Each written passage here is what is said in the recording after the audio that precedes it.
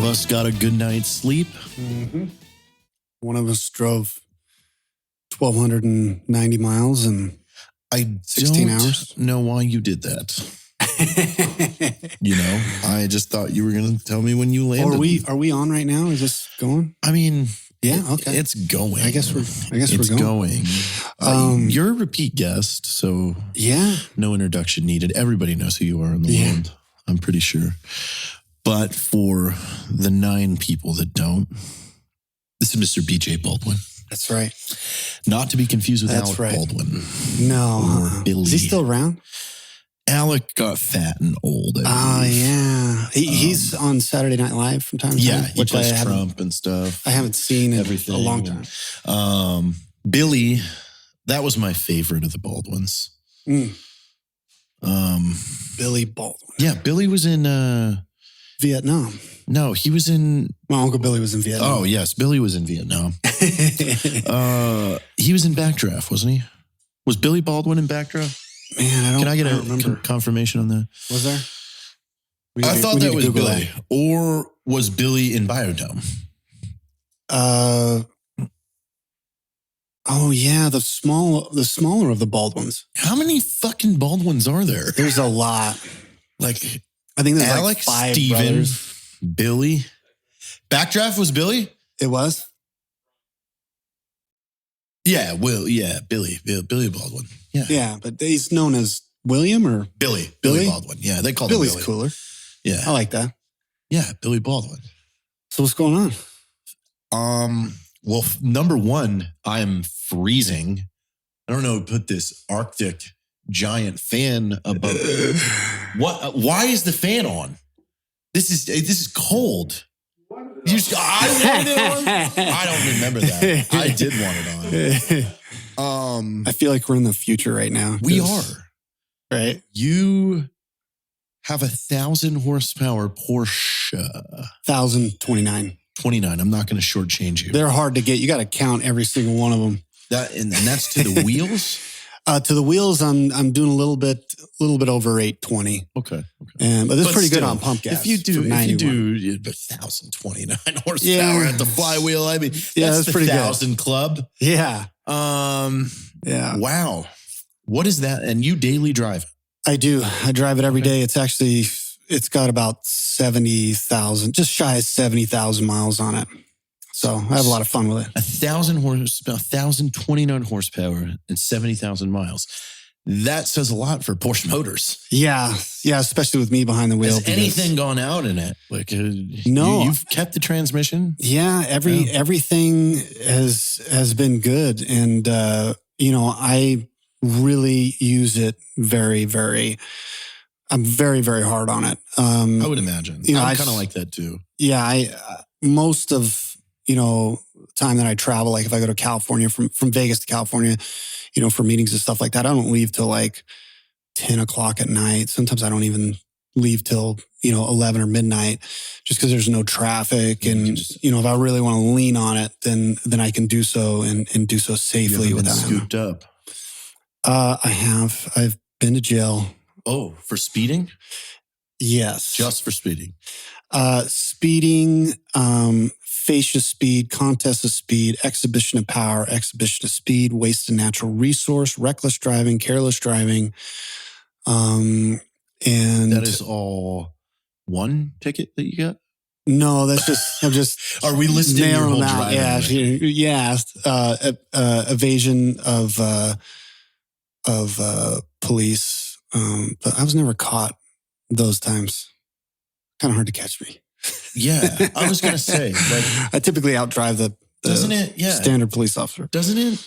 Yeah. Don't you get like some sort of pass? Because reckless driving isn't essentially reckless when it's you behind the wheel. I know. Like when an inexperienced driver that's inexperienced in a powerful vehicle that is trying to do maneuvers that they are. I mean, look at all the commercials you see. These maneuvers were performed on a closed course by a professional. Yeah. You are a professional. Yeah. So I should get a pass. I mean, I could argue the point of define reckless driving, because give me the base point at which a standard motor vehicle operator that just has a single license Because how many certifications do you hold just to get on certain tracks around the world? Well, I've got FIA license and I've got a driver's license. I had to get an FIA license to do Dakar in the 3 years that I did Dakar, which was super, super grueling. But yeah, I think if you have an FIA license, you should be able to. Now reckless driving moves. It's like you should get pulled over and say, "Was I jumping over another vehicle?" No. Okay, then me swerving. That's a normal day for you in the office, right? I will technically. It's worth bringing up. My favorite ticket of all time out of all the ones I get, and I don't get tickets that often. I really don't. And I probably get like 2 or 3 tickets a year, but in comparison to how much I follow the traffic laws, I haven't followed a traffic law since 1996. Never. And his Porsche is bright yellow. Canary yellow. Any policemen that live in Las Vegas, look out for canary yellow Porsche. Exactly. Yeah. It's an older one. It's like from the late 80s. I got pulled over in 2005, and you should have seen the look on the law enforcement officer. His jaw was dropped, and he didn't say anything for 20 seconds. I was waiting for him to say something.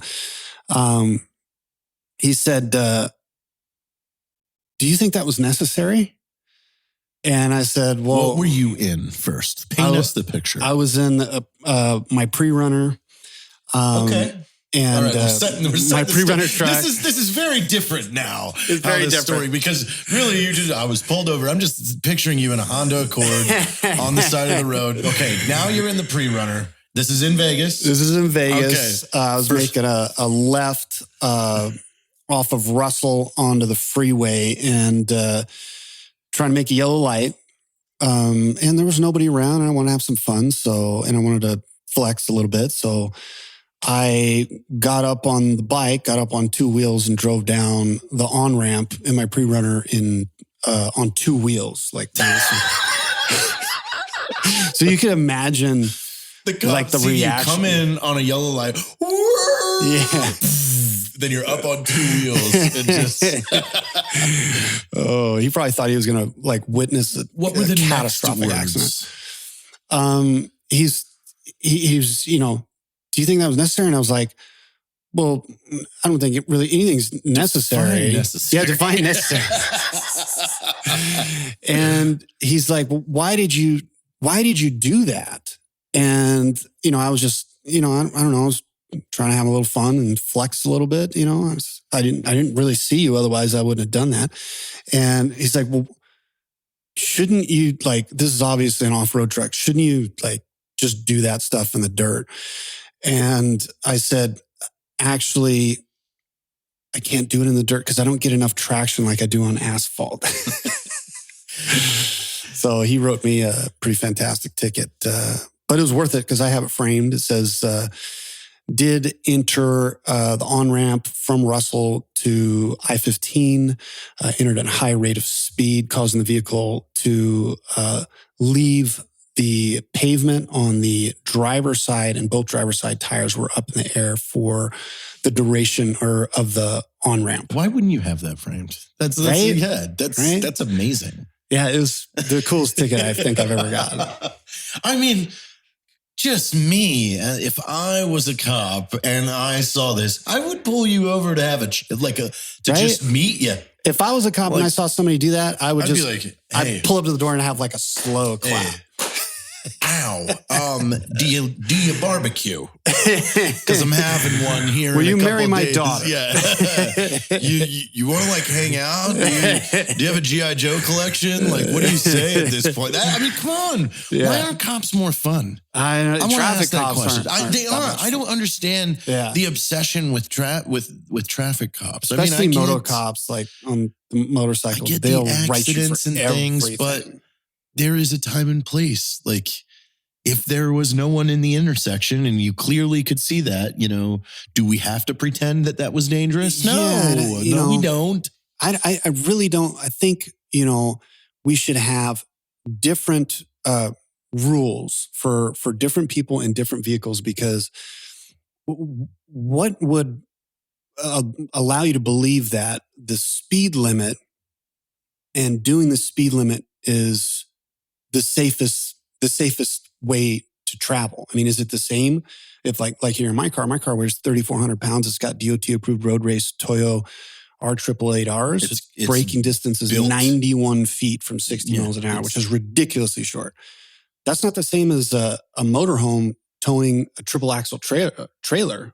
Yeah. So or like a Suzuki Sprint. Yeah. See those a lot. Yeah, exactly. So, I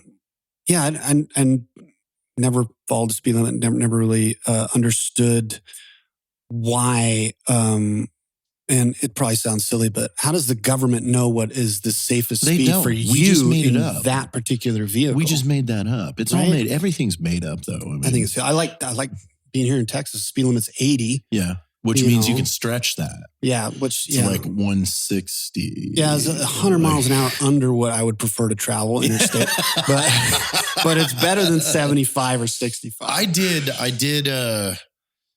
one of my memorable times was I did drive for over 30 minutes at a 155, almost 160 in the Focus. And you had enough gas to do that? Well, it's the Focus. Yeah, but still, you got the butterflies wide open. Now, that I would say was dangerous because I had the topper on. The topper? Yeah, I had one of the like one that's luggage, on the Jeep. The luggage thing. The luggage thing that's on the Jeep was must on have top. Been so loud. Well, it was loud, but it disaffected, like it completely eliminated my wing. Compromises your aerodynamics. So I was like going this fast and floating because I have a wing on the roof. Yeah, the car gets pretty light. Yes, I had that understeer of just how long can I hold this? It was between Macon, Georgia, and Tallahassee. It was just on this empty highway trying to get back to 10. Wow, and I was just half hour is a long time. I could see the GPS that was like, this is straight. Let's try this. And no other cars or? No, not in my lane. Is it I had a few late at night or? No, it was like a Sunday at like 4:00. Wow. Yeah. Holidays, specifically any given, like on the holiday when people are spending times with their family at like Thanksgiving at like between 2 to 5. On the highway or Christmas morning, those are the best times to really stretch your car out on the highway because nobody's on the road at that time. Super Bowl Sunday's a good one. Yeah, exactly. Right when the game's on. Yeah. Not in the morning, everybody's going to the store. Yeah. Well, that was, that just to clarify that when I was doing that speed, that was in 1987. So statute of limitations have already happened for any policemen in Georgia. 1987 Ford Focus. Ford Focus RS. Yeah, the concept car topper, 15 years in the future. Yeah, I had Apple CarPlay rolling. It was great. We was listening to Carry On My Wayward Son on repeat. Wow. You have a lot of fun in that thing, huh? Well, it's very short bursts of fun. Yeah. Because it's like fun for about 45 seconds and then it breaks. Oh, it does. Yeah, I have never driven more than 4 days in that car. And then you successfully until it sits. Yeah, so I bought it in 2017 and I've never driven it more than 4 consecutive days. Wow. Since 2017. That's the problem with the race cars. Without me breaking something on it. Yeah. Well, I'm sending it to Adam Brunson of Tune Plus in Minneapolis, Minnesota. He'll do a good job. He's the man. He is the dude for any Ford. He's the guy that wrote all the best tunes for these cars. He builds those motors. He was the one that designed and built the turbo upgrade kit for it. Yeah, especially like somebody that's, subject matter expert in one platform.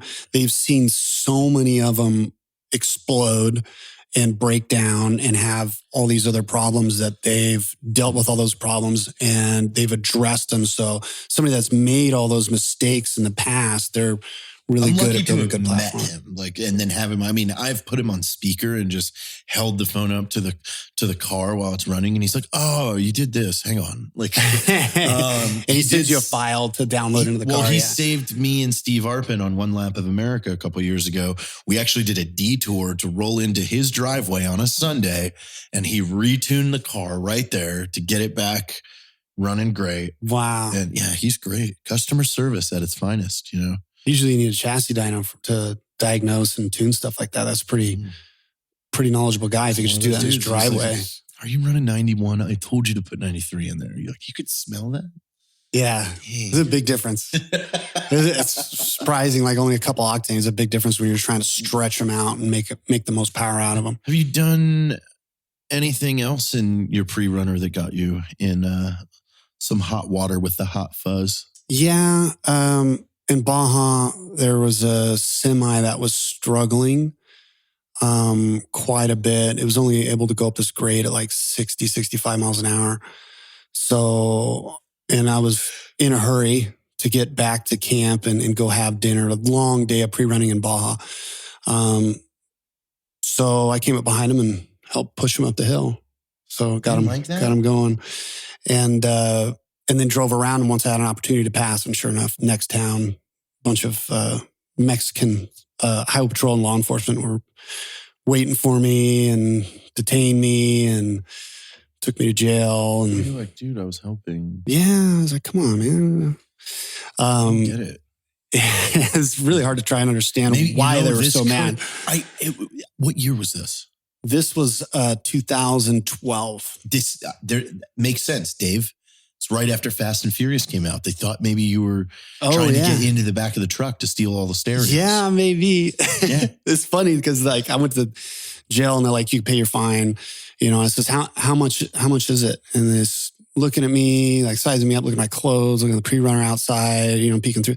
And he's like, $1,900. And I was like, take me to jail. I don't have that. Yeah, I can't pull that out of the ATM. Yeah, there's like, limits. You should know that. And he's like, $200. I was like, that sounds a little bit more. Man, that guy. I want to buy everything from this guy. Like, just he wasn't very good at negotiating. How much for that house? $500,000. No. $48. Question: are there traffic laws in Cuba? In Cuba, yes, there are. I managed to get around a lot of them, which was super nice. That was the hardest one to really, you know, disobey traffic laws in Havana and get away with it. Oh yeah, Havana was so much fun. That was. Unfortunately, that was like the most difficult recoil that I ever filmed because usually you have everything set up and planned out like 4 to 6 months in advance, you know, permission from local authorities, from the city, you get your permits, you know, all that stuff. And we did all that. It was really difficult to do that in Cuba, you know, being, you know, a communist country. But still, every time we went to go film at a location, not every time, but we had plans to film on certain days, certain stunts, certain events.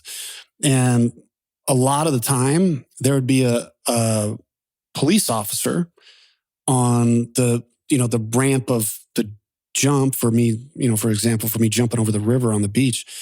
And he'd be like, you know, you can't do this. This is not your country. You can't do this. Even though we had all, you know, everything figured out, we didn't compensate law enforcement. They're just trying to squeeze a couple bucks out of us. You know, they wanted, you know, $500, $600, $700. So we would move around to different locations. It's funny, like law enforcement in Cuba, every single one of them had like a 380 automatic pistol that it looks like they got at the bottom of the ocean. It was like all rusted. It looked like it didn't even work. Wooden grips were all wilted, you know, and cracked. They were just trying to shake you down, huh? Every step of the way. Yeah, they were trying to shake us down. I'll tell you what, Cuba, the food in Cuba was some of the worst tasting food that I've That was ever the had. second thing I was going to ask you. The Like, worst was it tasting awesome? food. It was bad. How does food taste bad? Oh my God. I don't it was even know that. That's not in terrible. my vocabulary. It was terrible. The only thing I get down is like pizza, 'cause it's really hard to fuck Cuban that up. pizza? What does that taste like? It tastes like They have McDonald's there? like you go to the grocery store, you get microwavable pizza. Yeah. You take it home and microwave it, cook it, and then put it back in the refrigerator. You do that for 3 or 4 days, and then on the 5th day you cook it, and that's what it tastes like. Oh God. But compared to the other food, it was, that they had there, it was way better. That's gotta suck. Everywhere you go, huh? Oh, Not everyone even going a corn dog stand or nothing? No, I wish there was like a McDonald's. McDonald's would have been like, They don't have McDonald's, huh? it would have been like Wagyu steak, Whoa. in comparison. It would have been Whoa. awesome. Other than Cuban sandwiches, I'm not really familiar with Cuban food. No, real Cuban food is not that good. But another thing I don't understand, Cuban women, I didn't know they make them that hot. They look like the girls on, Instagram that are like fitness models. Like that's late like, 1990s Girls Gone Wild. oh time. my God, they were TV commercials. beautiful. They Oh my were God. beautiful. Cuban girls were beautiful. I got uncomfortable in where we were on an island that's also Puerto Rico. It's in the United States. Oh, that's nice. Yeah. I did not know that there was like a grotesque female to male ratio there. I was unaware. No one told me. So like we had landed. So there's more girls than guys? Or? Like 18 to 1. Wow. So it was very weird because we had landed, we drop our bags at this house on the beach in San Juan, and we go for a walk on the beach, and it takes you a minute to realize it's nothing but women. It's all women. Yeah. All. How many imagine like your normal Miami or Cocoa Beach or like down in Daytona. Your beachgoers are the same groups. You've got these 10, 12, 15 people all hanging out, music. Someone's got volleyball, the speaker. stuff. Yeah. They got the drinks and everything. Like it was just like that, except there were no dudes. Wow. They That were sounds all like wearing paradise. They were all wearing thongs. How many of them are Penis. vegetarians? I don't know. I that would never have got to be close. a thing, there would have to be a or maybe significant all the number. guys were at work. I don't know. Maybe that was the case. No one's ever given me a straight answer about what was going on in Puerto Rico. But you would think if there's so many women, there had to be so many women that are in relationships with other women, not by Or they're choice just because waiting. of availability. They Or, all yeah. go to the beach because they know that the visitors come to the beach. Yeah. Maybe that was it. Yeah, I guess. don't know. Yeah. Kind of a come, was- come rescue me type vibe. Yeah. Who knows? That sounds pretty fun. Tori and I will have to go there and check that place You out. do. Like I definitely recommend Puerto Rico as a place for anybody to go visit because you have beautiful beaches and you have the feel of like an island or a Central American, South American country, but it's also like you can kind of get best of both worlds. It's like, hey, there's an actual Home Depot and Target here. Yeah. Or you could go to another section of town, which is all locally owned. And it kind of feels tropical. Yeah. it's food and everything like that. The food's Plus, is everybody good. speaks our language. They use our currency. So it's like, if you want a good like getaway, Mhm. but not because people that don't really travel, you don't understand how fucking bananas it can get sometimes. Yeah. Like, because you don't speak the language, you don't have the money. Yeah. Then you're either getting taken advantage of or you're just fucking lost. And it's just like, oh man. And then Yeah. like you don't have plugs for anything. Like it's wild. Yeah, Cuba was kind of difficult to get around like that without like a translator or something like that. One thing that is worth bringing up, mentioning about Cuba that was really, really interesting is the cars. The cars were really special. I've heard something about this. Yeah, so because of the Cuban Missile Crisis and there's an embargo and, so they couldn't get anything after 1961, which by the way, Rico was the first American film to come out of Cuba since 1961. We just barely beat Fast and Furious, which was super cool. But the cars there, like for example, you'll have like a 55 Chevy convertible, like call it cherry red, candy apple red, 55 Chevy convertible here that somebody that's into cars will build or go to Barrett Jackson and capitalize on an auction. That car here, 55 Chevy Bel Air convertible, Candy apple red, $20,000 paint job. It's probably got, a $45,000 LS7 with a supercharger on it and the turbo 400 transmission and all the suspensions, like awesome, really well handling stuff. And the interior is immaculate. And that car might cost, $110,000, $150,000. Let's just say that $150,000 car here. That car in Cuba is the same price, but it's because of everything that's happened there. It's got a Russian 3-cylinder or 5-cylinder diesel engine with a Russian transmission, all Russian powertrain, no shocks. One of the coil springs is broke.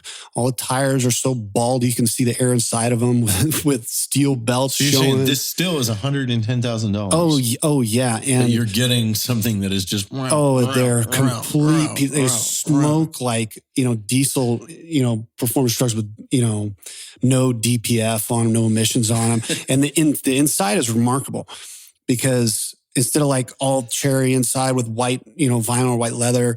And, they have like chain steering wheels. They have the shifter that's like this tall with the honeycomb, like dragonfly frozen in it. And they're shifting like this. It's got like welded chain links. And the door panels are like old moldy wood. And, smells like the car's got 2.5 million miles on it. The inside of it smells like 1,500 people had prison sex in it. I mean, it stinks to high hell. There's fucking hair all over the thing. So yeah, that same car in Cuba is same price, but very, very different because nobody can get access to any parts or anything there. Wow. Yeah, it's pretty crazy to see. All the cabs are those cars. If I took the Focus to Cuba, that would sell pretty well. Yeah, for sure. If you can get it there, you can't get anything. Parachute it. Yeah. The tough part for me getting the race truck there is they wouldn't let me bring fuel. They offered to provide, because they were really excited to have us there. They were offered to provide Fidel Castro's race fuel. It says, it'd work fine. It's 105 octane race fuel. Yeah. I don't think that they understand that we have different definitions for race fuel. My race truck runs off 118 octane leaded fuel that's $23 a gallon. It's not you don't have LS7. That here. No, not in Cuba. It's not like a souped up LS7 or LS3. Runs $75,000 race engine with 13.5 compression that revs to 8,000 RPM. So it requires really good fuel. Otherwise, it just won't start at all. 118 octane. Where do you even get that? F&L Racing Fuels or VP Racing Fuels is specifically for race cars and race trucks. But yeah, if I put like 105 octane in my race truck, it would behave the same as if you filled up your Focus with Jack Daniels. Do the same thing. Big fireballs out of the back, wouldn't run for more than 3 or 4 seconds. But you survived Cuba somehow, even though the food crisis. Barely. Oh. Barely, because they were getting really mad at us, even though we got permits for everything. Why? You'd think they would want this. Yeah, $75,000 motors are not that quiet. And, everybody loved having us there, but law enforcement was getting agitated because, we didn't pay any of them. We weren't supposed to. We didn't expect to. And we were all out of budget. So we couldn't afford to pay any of them off. And the locals there in Cuba were awesome. They didn't look at like you bring a race car anywhere in America or anywhere in Mexico or anywhere, where they don't have. Mexico too. Yeah, a little bit, a few times. You bring a race car anywhere and people are like, oh my God, that is a race car. Come look at this race car. Let's go check out this race car. You bring that to Cuba, they look at it like it's a fucking spaceship. Like it's not of this world. Like some alien brought it. Really, the way that they look at it is really insane because they're like, oh my God, like they don't want to touch it. They're kind of afraid of it. And they're like, man, this kind of looks like a truck. The vibe from people that see that thing there is crazier than anything And the that I've cops didn't get experienced. excited though. Like, Oh no! come on, seeing you jump, like All they care about is money. All they care about is money. You know, the government and law enforcement over there is it's pretty crazy for sure. But yeah, you know, doing one of the stunts I couldn't really do right. I only got a few tries at. I was trying to make it like the longest. You know, it probably still is the longest neighborhood jump on a city street, you know, ever. It's 192 feet. You got a Guinness World Record for that? I got a couple of them. I got a couple of them. Man, I don't have one. I need one. Matt, get me one. Come on. But people like running in the middle of the street because I can't see like over the crest in this neighborhood, and they're calling me on the radio, and I'm 20 feet in the air, and I'm like, there's people where I'm supposed to land. So we ended up having to we only got like 3 tries at this thing that it's a jump on the pavement in a neighborhood, like a huge tabletop. And I was going to really, really go far, but I didn't get to practice it enough to really, you know, send it super big off that because we couldn't contain the people. The people were just running in and out of everywhere. Couple thousand people in an, you know, old neighborhood. And they just wanted to see what the hell that thing was. They never heard anything like it, you know. That is wild. Now you've been studying a lot. I have. Studying a lot of ballistics. I have. Oh. Why are you studying ballistics? Well, man, about 10 months ago, I was having a hamburger. Actually, I just finished having a hamburger. And at In-N-Out, most people have heard the story, but, you know, well, not most people, but most people have not heard this story. A lot of people have asked us to have you on here to talk about the gunfight. You know what they do? They ask like the day after. The day after. Oh my God, you need to get BJ Baldwin on here and tell us what happened. Like, motherfucker, I'm friends with the guy. I'm not going to bother him right now. Like, I think I waited like 2 weeks before I sent you that message. Like, hey, dude, hope things are all good. Yeah. Like, because I know, you wake up the next morning and 700 people like, oh my God. Yeah. Man. Well, I didn't wake up the next morning. I never went to sleep because obviously, you know, it happened at 1:51 a.m. And it's not like you just go home and like, oh, it was a wild night and then go back to life. Now you're part of a homicide investigation. So, which, you know, that's never fun. But I don't have any extra holes I wasn't born with. So that's good. But yeah, you're looking good. In that particular situation, you know, I've done a lot of defensive tactics training for 15 years. Trained with all our friends, all the best. Yeah, all the best. I do a lot of competitive shooting, not like sanctioned, like competitive shooting, like my girlfriend Tori does. She's a multi-time world champion. But like, you know, I take a lot of vehicle tactics class and civilian lethal force defense class, and I've got challenge coins for, you know, balance of speed and accuracy drills and all that stuff. So I shoot a lot, I practice a lot, I train a lot, and I'm really good with a handgun. So yeah, a couple guys ran up on Tori and I, and one of them had a gun out, and he didn't look like he wanted to talk about much. That was it. You guys were just sitting on the tailgate, right? No, we were. She was sitting in the car, like if my car is like parked like this, she had the door open, and then her legs were outside the door. She was kind of on her phone. I was smoking a cigarette like right here, and all the lights were out in the parking lot except for where the structure was, which was where I parked. And last car just left the parking lot from because that's back in the height of the pandemic. Nobody's allowed inside the restaurant. Everybody's ordering food through the drive-thru and eating in their car. And that's what we did. And we've been cooped up in the house just like everybody else. We just didn't feel like going home right after we got done eating. And I had like a bunch of work to do that night. I ended up not getting a chance to get any food. So that's why I went there. You know, I was like, damn, it's midnight. What is open? I'm still hungry. And Tori said, let's go to In-N-Out. It's still open. So I went, and yeah, 2 guys just ran up on us, and one of them had a gun. pointed at Tori, and she was trying to gain my attention, to show me this. I might have saw it sooner. I might not have. She was, whispering really hard, like, BJ, brought this to my attention.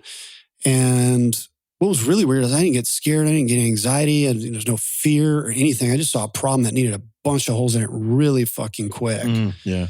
And so I processed in about a second, like 8 minutes of data of everything that I've learned in the last 15 years, everything everybody said to me about, defensive tactics, lethal force, all this stuff, which was really, really crazy because I didn't have any adrenaline. There's no reason that I would have all that stuff just flow into my head instantaneously and have access to that information.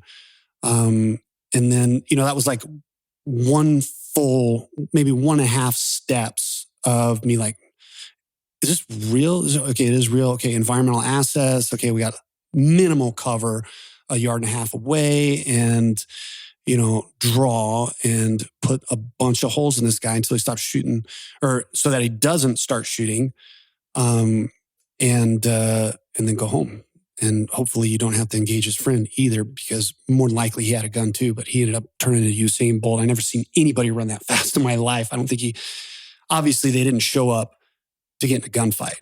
They showed up to do stupid shit. I don't even know if they won anything. They didn't ask for anything. I think it was just like they just wanted to smash somebody, because the guy he had a lot of stuff in his system. People are like, that doesn't make any sense. Why would somebody just run up and want to kill you guys?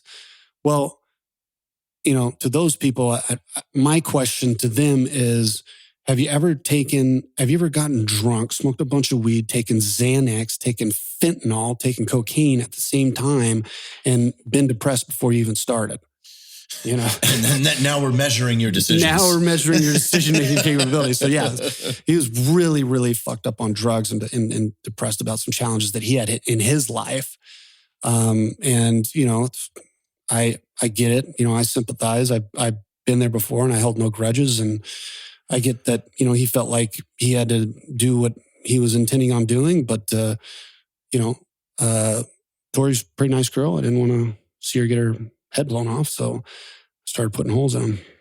Yeah. And the investigation was quick. You said 6 days? Very quick. Yeah. There's not a lot to figure out. There's brass everywhere. Half of it's from his gun. Half of it's from my gun.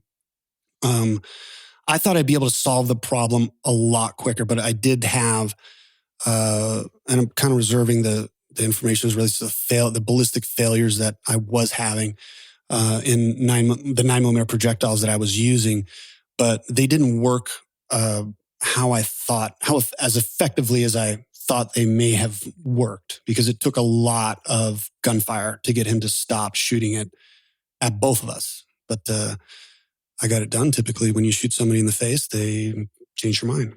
Yeah. Ooh. But and then like it was like 6 days and it's dropped. Yeah, I had an interview with the homicide unit of Las Vegas Metropolitan Police Department about 6 hours later. So I didn't know what this was about. I want to go make sure, my family was safe and, my dad was safe. He lives right next door to me. So I fortified my house. I had some people there that were armed until I could get this figured out. Went to my dad's house. He's got guns, but he doesn't really know how to use them as well as I do. So, or as well as the people at my house do. My son's mother knows how to use guns very well. Her husband knows very well. My daughter's mother, she knows how to use guns very well. So I wasn't too worried about any of them. But I want to make sure my dad was all right. And I called him. I said, hey, I don't want you to panic or anything like that. I know it's late. I know you don't go to bed till later, but I need you to stay up a little bit longer because I need to talk to you. Something kind of weird happened. I didn't want him to like panic or anything. So yeah. I went home, restacked my magazine, grabbed my rifle. Tori grabbed her rifle, put him in the car, and drove down the road to his house. And, saw him. I was like, everybody's fine. None of us are bleeding. But a couple guys tried to murder Tori and I in the parking lot of In-N-Out, and one of them died of COVID-19. That's when everybody was like dying of COVID-19, whether they were in a car wreck on or the anything. death That's probably on certificate his if death we pulled certificate. it. So we called police, called my lawyer, and we just said, we're 100% cooperating with the investigation, and whatever you guys need to know, however I can help. Would love to find out more about why this happened. If you can share that information, that would be great. Of course, they don't share any information. You got to have like your own investigation once they leave because they don't share any information. And it was really cut and dry. Some guy started shooting at us, so we shot him. Yeah. But yeah, man, I've got another friend that was a military buddy of mine that owned some gold shops and had two guys come in and try and rob him, and he shot and killed one of them. But it was like they drug out the investigation on him for months, which like tore his hair out. It's terrible. It's terrible. Like them getting it done in 6 days for you. Like imagine sitting and waiting. Yeah. I was really surprised it was as quick as 10 months, 11 months. Like before anyone decides to show up and go, oh yeah, you're cleared. I have a bunch of buddies, at Las Vegas Metropolitan Police Department. A lot of them because, I focus exclusively on what I call the short game. I don't mess with bolt action rifles. I know how to run like a fighting rifle, like an AR-15 or an AK-47, pretty good. But I primarily focus on their platform, like a Glock platform, and being extremely accurate and extremely fast from concealment with that platform. So I've trained, a bunch of cops on presentation, balance, speed, and accuracy inside of 15 yards, and tried to, help my friends out with just trying to help them be safer. So if they're ever in a situation where somebody draws down on them, they can solve the problem. If somebody decides that they want to get in a gunfight with a law enforcement officer, because, a lot of them could use more skills. A lot of them can. So I try and help when I can. If there's a law enforcement officer that's in my environment, whether I'm in a range or anything like that, and I can help them and give them, a few secrets of how to put holes in stuff a little bit quicker, then I'll do so. So, that might help because, a lot of those guys know me, and it was very, very clear that I was in no way, shape, or form did anything wrong. And there's nothing that I could have done to avoid this because of the speed that it happened. And they got to see the video, which I haven't seen yet. But they won't even show you? Not until the investigation is concluded. Oh, yeah, that's right. There's the brother that was with him. His name's Kevin. He's actually, I got a great deal of respect for him because when he was detained, he said, look, I'll cooperate. I didn't know any of this was going to happen. And my brother was totally in the wrong. It was totally a self-defense thing because, he started shooting at him. So that was really cool. Really, really have a lot of, as strange as it is, I really have a lot of respect for his brother, even though they were up to no good. I mean, I shot this guy in the face from 25 yards and knocked the teeth out the back of his head with bullets. His brother was there during that. So he had to see that. The poor guy, regardless of what his intentions were, he had to see his brother get smoked. And 2 days later, he's detained and he's got my back, which was crazy. I mean, I thought that was under the circumstances. That definitely sped it up. Yeah. Because if he spun a different story, exactly. Then it's. Well, police told me that first one on the scene wasn't even law enforcement. It was the guy's girlfriend. And, I hate that she had to see him like that because I'm sure that was not fun for her. So that really sucks for her. I'm really sorry that she had to see that. But I don't know what she was doing, but she grabbed his gun and put it in her car. I don't know if during like an adrenaline and shock, she was like, well, I don't want him to get in trouble. So let me take his gun and put it in my car. I don't know what she was thinking, but, she was able to do that and smart enough to pick up all his brass casings. If she was going to do that, then it would have been a different story. They'd been like, "Why'd you shoot this guy?" Yeah. You know, this don't make sense. I would be like, but "Test his skin. He's got gunpowder all over it." It also shows though, like you guys were just eating. Yeah, we had just finished. So it's like this can pop off when you're not even in the remotely the right mindset. I was in a really good neighborhood, like a really good part of town too. It's not like there's high crime right there or anything. So now, since doing the deep dive, do you think you're better prepared now?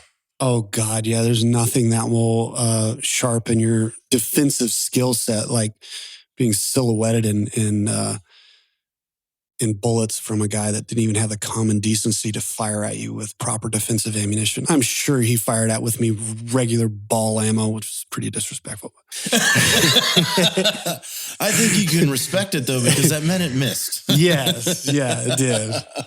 First thing I thought of, I was like, that's a 1911. Damn, that's a nice 1911. And then it was like 8 minutes. 3 of the 8 minutes was like, damn, I missed my Springfield TRP. I used to love shooting that stuff. First round target was 1.6. Oh, this guy's running at you with a gun. Yeah. Like, oh man, well, all Springfield. This happened, like his foot was like going like that slow when I was breaking down this whole process. Like I said, it's like 8 minutes of information in one stride. And then it was like, well, I don't want to let him get any closer to her. So time to get in a fucking gunfight. And like you said, you're better prepared now. Oh God, yeah. Balance, speed, and accuracy is up versus how proficient, how skilled I usually am. And my knowledge as it relates to terminal ballistics is much, much higher. I have my magazine stacked according to my specific skill set based off of surveillance video that I've studied and how people that are non-combatives react and how long it takes for them to get out of the backstop. So I've broken like a bunch of stuff down and studied different projectiles, 9mm projectiles. The stuff I was using was, only 270 foot-pounds of kinetic energy transfer. It had X amount of penetration. It was very slow moving around. And then now the stuff that's coming out of my gun is going 1,600 feet per second. It makes more kinetic energy than 40, 45, and most 10mm auto. Collecting that air. Yeah. Yeah. Pressure. So it's really hot rod 9mm stuff. And I carry a 35 when I used to carry either a 17 or a 19. Huh. And I do that to increase velocity, which translates into a more advantageous wound channel. So hopefully I never have to use it again. But if I do, I'll be a lot more dangerous than I was. Yeah. And hopefully people don't want that target, which generally I don't think they do. Nobody goes out and goes, man, I want the boss level. Let's see if I get killed today by a guy that's an obsessive, competitive concealed carry shooter. Yeah, it's almost like a jiu-jitsu thing. Like, I'm going after the black belt. Yeah. I'm going to take the belt. I'm going to take the belt from... Exactly. Let me see if I can knock out John Jones. So what's the race season look like this year? It's pretty excited. I'm doing a full Best in the Desert race season. I love Best in the Desert. Doesn't Best in the Desert also do like a military side-by-side thing? They do. I think they have a military class for side-by-side racers and stuff like that. So they're a great organization. And, a few of their racetracks have a lot of very, very high speed, high consequence corners. And that's the stuff that I'd have to say I have my strengths and weaknesses. I'm definitely one of the more successful racers out there.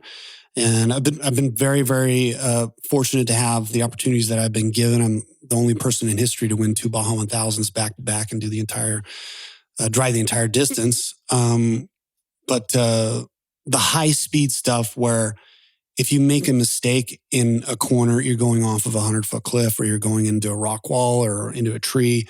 That's the kind of stuff I really, really like because I'm really good at controlling the vehicle, measuring my braking distance accordingly, rotating, lengthening my straightaways, corner speed, throwing rocks and breaking windshields is a lot of fun. Well, we look forward to seeing you out there and, you coming out and visiting a little bit more this year. We need to do some shooting and things like that. Definitely.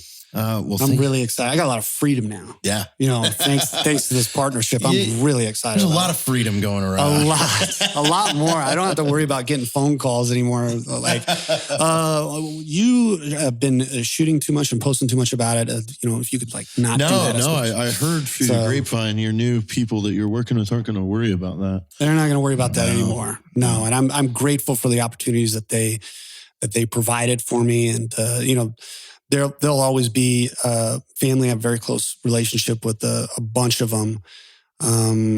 But it's nice to be part of a team rich with very, very patriotic people, many of which volunteered to sign up to shoot terrorists in the face so that they don't show up on American soil and try and do that to us. So it is an honor. It really is an honor and a privilege to begin this journey with you guys. Well, we welcome it. We are super excited and cannot wait for this because we're going to do some cool things. I can't wait. It's going to be awesome. Awesome. Ladies and gentlemen, this is BJ Baldwin. You can find him on Instagram, BJ Baldwin, Facebook, YouTube, all of it.